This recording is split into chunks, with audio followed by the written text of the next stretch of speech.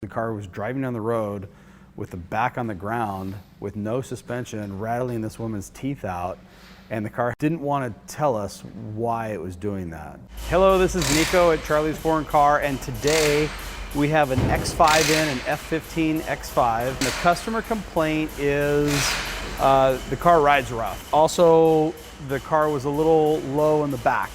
That was her complaint. We hooked it up to ISTA, we ran some diagnostic codes, and we got no codes out of the EHC, the electronic height control. We started running through the test procedures. We're in service functions under chassis and suspension, and there's 4 EHC tests. We can go run the compressor, and on ours, here's the old compressor. We already replaced it. This compressor turned on, it ran great, it sounded good.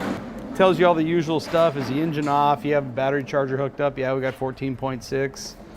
We're good there. So now, does the compressor run?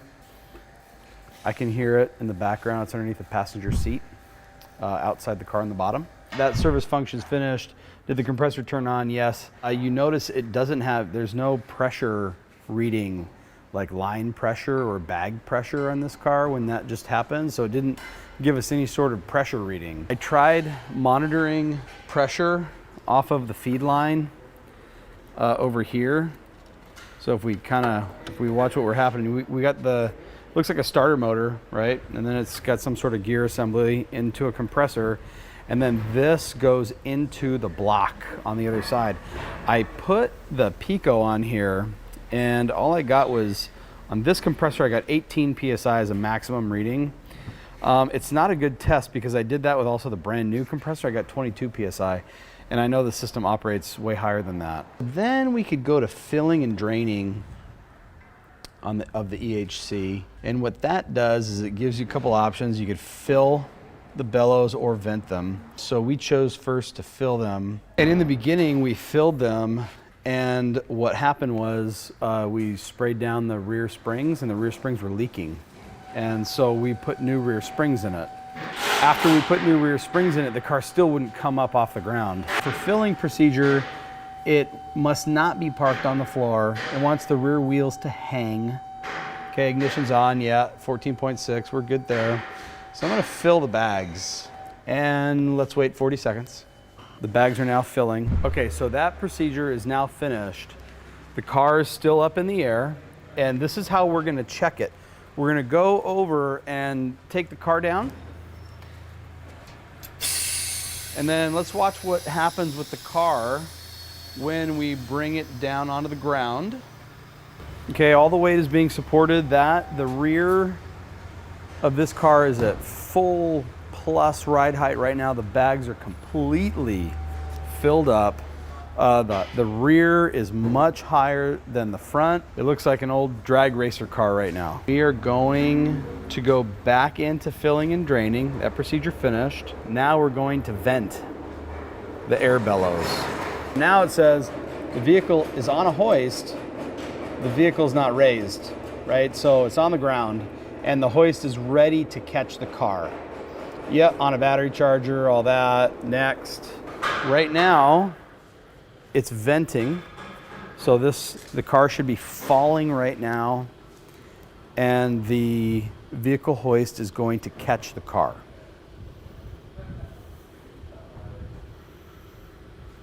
And slowly, slowly, slowly, the car's falling.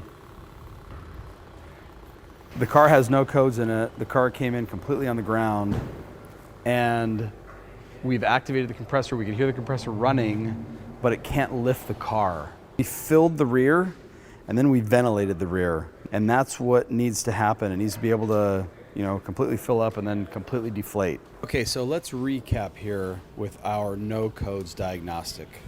When requesting the bags to fill, 1, you need to hear the pump turn on. This will check our EHC functionality. Number 2, check in the valve block. Remove the air line at the air spring and perform fill procedure. This will check for airflow from the compressor through the valve to the spring.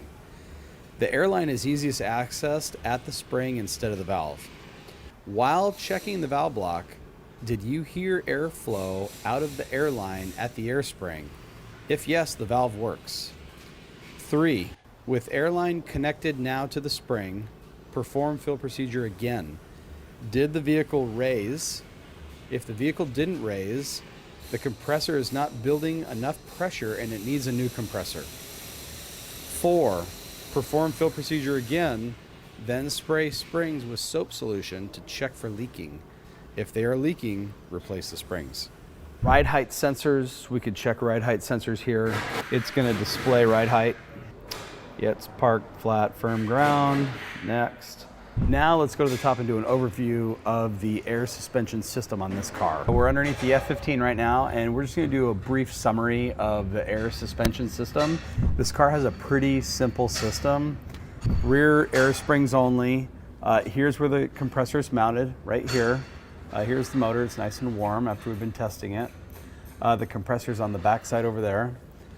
Here is the distribution block. So here's the feed line, comes from over there, wraps around here, through right to here, into the block. The block has 2 air lines coming out of it, blue and red, correlating to left and right. It goes down the car. There's no reservoir or tank except for what's in the air springs themselves. And that's it. So we've got air springs, 2 lines, a block, and a compressor. That's pretty much it on this car. Let's take this compressor apart now and see what happened inside here.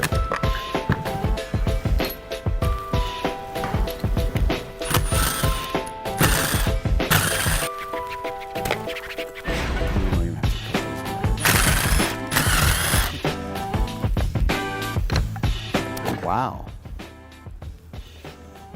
Check that guy out. Is that a piston? That's the piston.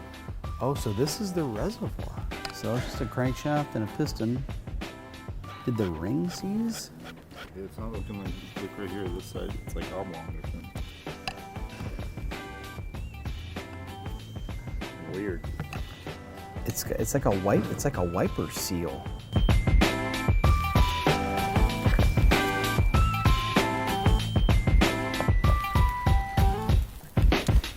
Is there like a rivet on the bottom of that guy? What's that? Pressure relief, huh? It's like the seal. Wave, yeah. See how it doesn't move? It should have some elasticity to it, but We're gonna take this apart too. Okay, the spring popped that guy out. It's like a dryer.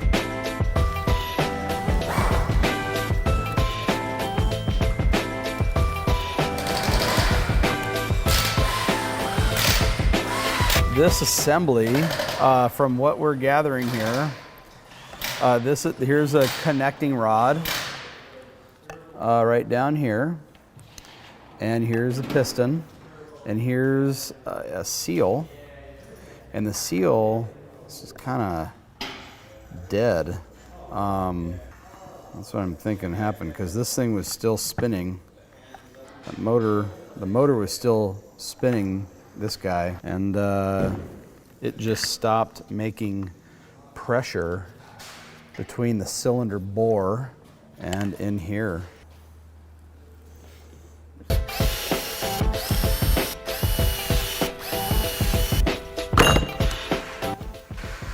So here's the inside. Here's our crankcase, connecting rod bearing, crankshaft.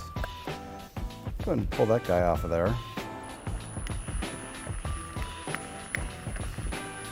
It's like a 1-inch stroke or so. All right, so we got this air suspension system completely taken apart on the bench here. We have the motor assembly.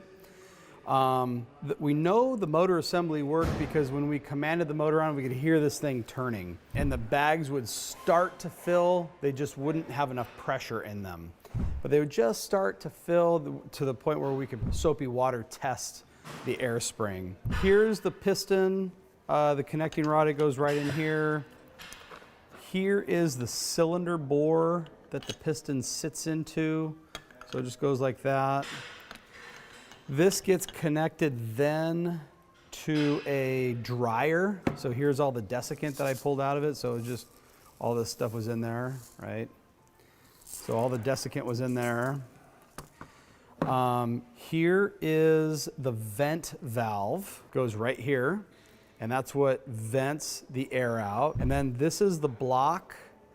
Here's our charge port, and then here's our left and right out to each air spring. There's no pressure sensor. There's also not a PID in ISTA for pressure. So this whole entire car is relying on just the two rear ride height sensors. There's a left and a right. And if the car is too low, it tells the block to open, add more air. If the car doesn't go high enough, it just keeps trying to add air. And the whole point of this is that there's no code stored in this car, even though the entire rear of the car was completely sagged all the way down, riding on zero suspension. What ended up fixing this car was a set of air springs and the compressor motor assembly, which the motor assembly comes with all this stuff. It all comes as one piece, one part number, right? It's inconclusive as to what exactly was the failure point. Is this piston ring, did it fail, not causing enough pressure in between this and the bore of the cylinder? Did a piece of desiccant fly in here somewhere and get caught in a valve? Not that I could really see. Could that have happened? Yeah, that could have also happened. A new compressor is what was able to get enough pressure in the system to rise the car. So to summarize this whole car, what we did is we replaced the air springs because they were leaking. We soaped them down after we filled the old ones and they were just leaking like crazy. So the car got 2 new rear air springs. After that, this compressor was just worn out from filling these air springs so much that it could not pump the new air springs up. So it got a new compressor. After that, now the car's ride height is good, ride level is good. Now we're just gonna go test drive it and the car's good to go back to the customer.